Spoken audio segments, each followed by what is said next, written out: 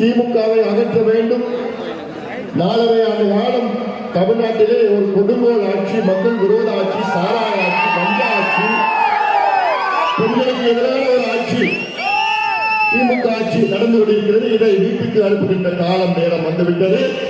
அதற்கு இங்கே வரையிருக்கின்ற என் தம்பிகளும் என் தங்கைகளும் சேர்ந்து திமுக ஆட்சியை வீட்டுக்கு அனுப்ப வேண்டும் என்ற நோக்கத்திலே தான் இந்த நடைபயணத்தை நான் மேற்கொள்கிறேன். அந்த நோக்கமே ஆட்சி மாற்றம் தமிழ்நாட்டிலே நடைபெற வேண்டும். அதை விட முக்கியம், வருகின்ற சட்டமன்ற தேர்தலில் யார் ஆட்சிக்கு வர வேண்டும் என்பதை விட யார் வரக்கூடாது என்ற முடிவை நீங்கள் எடுங்கள். நான் 4.5 ஆண்டு காலம் திமுகவுக்கு நீங்கள் வாய்ப்பு கொடுத்தீர்கள். அதை விட முக்கியம் என்னவென்றால், கடந்த 3 தேர்தல்களில் நீங்கள் தமிழக மக்கள் திமுகவுக்கு வாய்ப்பு எடுத்து வாக்களித்து நீங்கள் அவர் வெற்றியை கொடுத்தீர்கள்.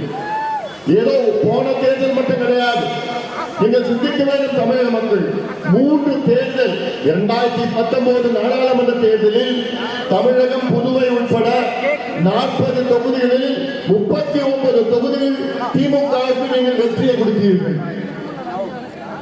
நினைத்து பாருங்கள், 39 தொகுதிகள் 2019. 2021 திமுகவை ஆட்சியில் அமர்த்தினீர்கள்.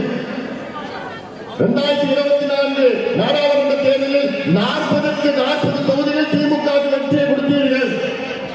ஆனால் உங்களுக்கு கிடைத்தது துரோகம், கஞ்சா, சாராயம், பெண்களுக்கு எதிரான ஒரு சூழல். வேற எந்த மாநிலத்திலும் அந்த சூழல் கிடையாது. ஏதாவது சொல்லுவாங்க அந்த காலத்துல, பஞ்சாப்ல தான் அவ்வளவு மோசமா இருக்கு. ஆனா இன்னைக்கு இந்தியாவில் பஞ்சாபை விட மோசமான ஒரு மாநிலம் தமிழ்நாடு. காரணம் முதலமைச்சர் ஸ்டாலின் அவர்கள். சாதாரணமா இதை அகற்றலாம். என்கிட்ட ஆட்சி மட்டும் இருந்ததா 6 மாதம் ஆனா எனக்கு 6 நாள்ல தமிழ்நாட்டில் ஒரு சொட்டு சாராயம் முடியும். இதை நான் சும்மா நான் சொல்றேன், என்னால முடியும். தமிழ்நாட்டிலே சாதிவாரி கணக்கெடுப்பு நடத்துங்கள் என்று தொடர்ந்து வலியுறுத்தி வருகிறோம். இது சாதிவாரி கணக்கெடுப்பு என்றால் என்ன? ஒரு சாதி பிரச்சனையா? இது வன்னியர் பிரச்சனையா? இது சமூக நீதி பிரச்சனை. உங்களுக்கு சமூக நீதி என்ன தெரியல என்றால் பக்கத்தில் ஆந்திரா, கர்நாடகா, சித்தராமையா அவங்க போய் கற்றுக்க. கர்நாடகா முதலமைச்சர் ஏன் கத்துக்கிறீங்கன்னு சொல்றேன். அவர் 10 ஆண்டுகளில் 2 முறை கர்நாடகாவிலே சாதிவாரி கணக்கெடுப்பு நடத்தி முடிச்சுட்டாங்க. 10 ஆண்டுகளில் 2 முறை.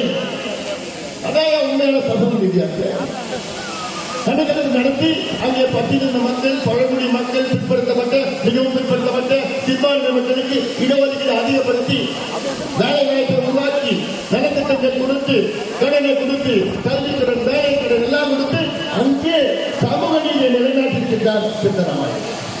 இன்னைக்கு பள்ளிக்கூடம் எடுத்துக்க, பள்ளி கல்வித்துறை எடுத்துக்க மோசமான ஒரு சூழல் இருக்கு. இன்னைக்கு தமிழ்நாட்டில் 4000 பள்ளிக்கூடங்கள், அரசு பள்ளிக்கூடங்கள்ல ஒரே ஒரு ஆசிரியர் தான். 5வது வரைக்கும் 4000 பள்ளிக்கூடங்கள் 5வது வரைக்கும் ஒரு ஆசிரியர் வச்சு பள்ளிக்கூடம் நடத்துறாங்க. அந்த ஒரு ஆசிரியர் எத்தனை பிள்ளைங்களுக்கு கற்றுக் கொடுப்பாரு? எப்படிப்பட்ட கல்வியை கொடுக்க முடியும்?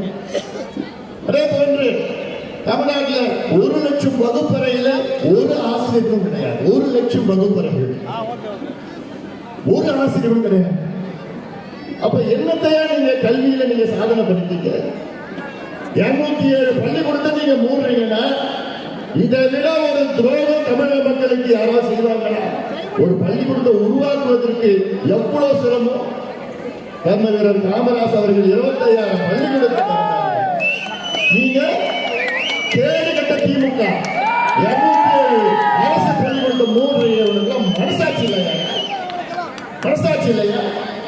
திமுக ஆட்சி வருவதற்கு முன்பு என்ன உங்களுக்கு சத்தியம் பண்ணா, உறுதி கொடுத்தாங்க. என்ன கொடுத்தாங்க? நாங்கள் ஆட்சிக்கு வந்தவுடன் தமிழ்நாட்டில் ஒரு சட்டத்தை கொண்டு வருவோம். என்ன சட்டம்? தமிழ்நாட்டில் உள்ள தொழில் நிறுவனங்கள், தனியார் தொழில் நிறுவனங்களில் 75 விழுக்காடு வேலை வாய்ப்பு உள்ளூர் இளைஞர்களுக்கு நாங்கள் கொடுப்போம். சட்டம் கொண்டு வருவோம் என்று சொன்ன திமுக 4.5 ஆண்டுகள் ஆகிறது. சட்டம் கொண்டு வந்தாங்களா? சட்டம் கொண்டு வர இப்போ இல்ல. நமக்கு விடுதலை கிடைத்து 78 ஆண்டுகள் முடித்து 79வது ஆண்டு முதல் முறையாக தமிழ்நாட்டிலே இந்த திமுக ஆட்சியில -0.58% தொழில் வளர்ச்சி எவ்வளவு? -0.58%. மைனஸ்ல போயிடுச்சு. இதுதான் ஸ்டாலின் அவர்கள் செய்த சாதனை. விவசாயத்தை மைனஸ்ல